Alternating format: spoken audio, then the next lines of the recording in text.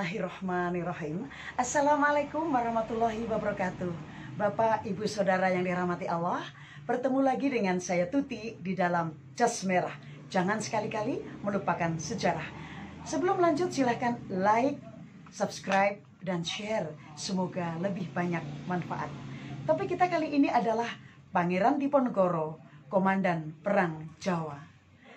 Pangeran Diponegoro merupakan salah seorang pahlawan nasional Republik Indonesia yang memiliki nama asli Mustahar.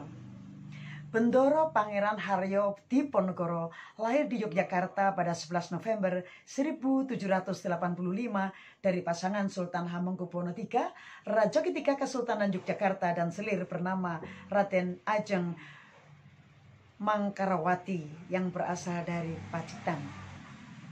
Namanya dikenal luas karena pernah memimpin Perang Diponegoro atau Perang Jawa pada tahun 1825 sampai 1830 melawan pemerintah Hindia Belanda.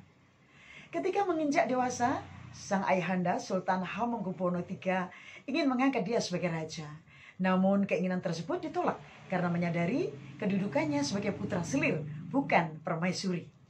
Kendati hidup di lingkungan keraton, Diponegoro tidak tertarik pada urusan politik pemerintahan. Dia lebih senang bergelut pada dunia keagamaan dan sangat merakyat.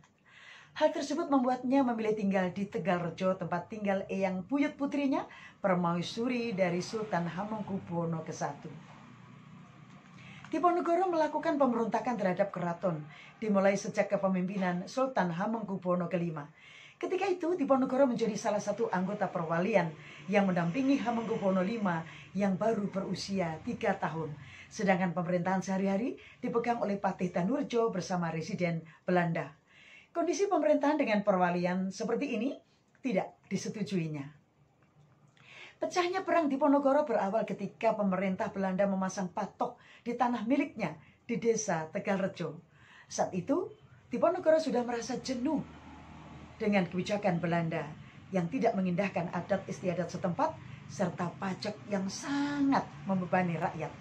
Diponegoro secara terbuka menentang Belanda hingga sikapnya mendapat simpati dan dukungan rakyat. Kemudian atas saran GP Hamengkubumi, pamannya, Diponegoro menyingkir dari Tegalrejo dan membuat markas di sebuah gua yang bernama Gua Selarong. Saat itu Diponegoro menyatakan bahwa perlawanannya adalah perang sabil, perlawanan menghadapi kaum kafir. Semangat perang yang didengungkan Diponegoro kemudian pengaruhnya semakin meluas hingga ke wilayah Pacitan dan Kedu. Tidak hanya itu, salah seorang tokoh agama di Surakarta, Kiai Mojo, ikut bergabung dengan pasukan Diponegoro di Gua Selarong. Kiai Mojo yang lahir di desa Mojo di wilayah Pajang dekat kota Surakarta tertarik berjuang bersama Pangeran Diponegoro karena Pangeran Diponegoro ingin mendirikan kerajaan yang berlandaskan Islam. Kiai Mojo merupakan seorang ulama besar yang masih memiliki tali kekerabatan dengan Diponegoro. Ibu Kiai Mojo, Raden Ayu Mursilah, adalah saudara perempuan dari Sultan Hamengkubuwono III. Akan tetapi Kiai Mojo yang aslinya bernama Muslim Muhammad Khalifah semenjak lahir tidak mencicipi kemewahan gaya hidup keluarga istana. Hubungan kekeluargaan inilah yang membuat keduanya kian erat setelah Kiai Mojo menikah dengan janda Pangeran Mangkubumi yang merupakan paman dari Diponegoro. Perjuangan Diponegoro juga mendapat dukungan dari Sunan Pakubuwono ke-6 dan Raden Tumenggung Prawiro Digdoyo. Meski demikian, pengaruh dukungan Kiai Mojo terhadap perjuangan Diponegoro begitu kuat karena dia memiliki banyak pengikut dari berbagai lapisan masyarakat. Bapak, Ibu, Saudara yang dirahmati Allah, sepanjang perang ini pihak Belanda mengalami kerugian sekitar 15.000 tentara dan 20 juta gulden. Pangeran Diponegoro melakukan perundingan dengan Jenderal de Kock di Magelang. Dalam perundingan itu, Belanda menuntut Pangeran Diponegoro menghentikan perang, namun ditolak mentah-mentah. Diponegoro ditangkap dan ditahan di gedung Karesidenan Semarang.